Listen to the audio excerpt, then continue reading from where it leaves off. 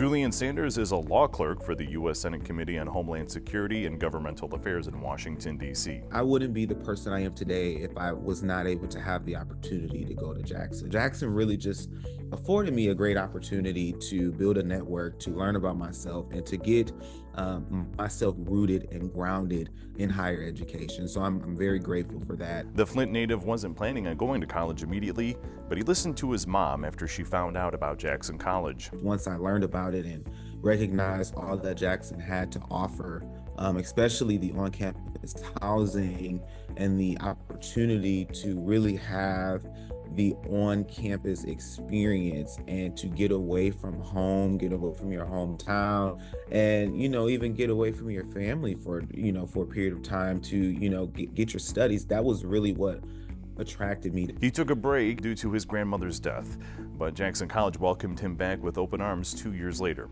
Some of his best memories here were men of merit. I met a lot of good people, had a lot of support from my family and even from individuals at Jackson. President Dan Phelan was very influential in my trajectory at Jackson, along with Antoine Breedlove. I was part of the Men of Merit organization at Jackson, which was a very, very good organization, bringing together young men, particularly young men of color, to have a safe space to be able to interact with one another on campus, and to just be able to be out in the community. He first got into public speaking as a student in the Grand Blanc School District. It started with his 5th grade principal putting him up on stage to recite Dr. King's "I Have a Dream" speech. I really didn't understand the impact of that speech at the time and the impact of just public speaking in general. I really enjoyed being able to convey the message to people of hope, of a sense of purpose. And all of the speeches since 2021, when I recited a speech at Grand Valley during the MLK program, commemoration program, that speech,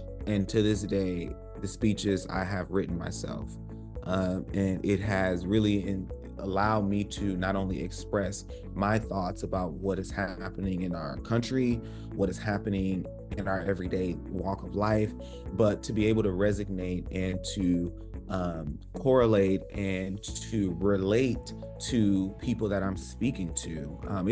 It gives me the opportunity really to relate to people, and to just let them know that they are not alone. Julian transferred to Grand Valley State University, receiving a bachelor's degree in political science and a minor in criminal justice. Learning about Dr. Martin Luther King Jr. and watching former President Barack Obama become the first Black president resonated with him. Other individuals who look like me, that were in the political arena, that was community activists, that were lawyers, and that just really were hands-on in the community. I wanted to really understand what that's like.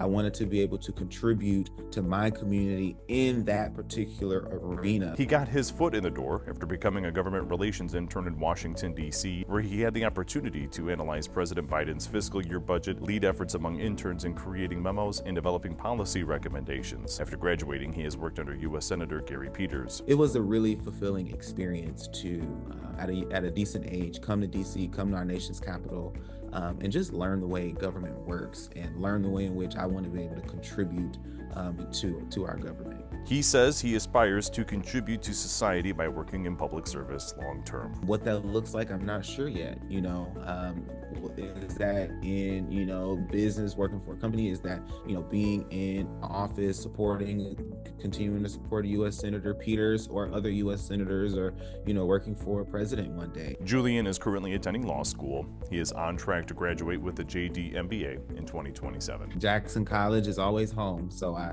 look forward to remaining in touch.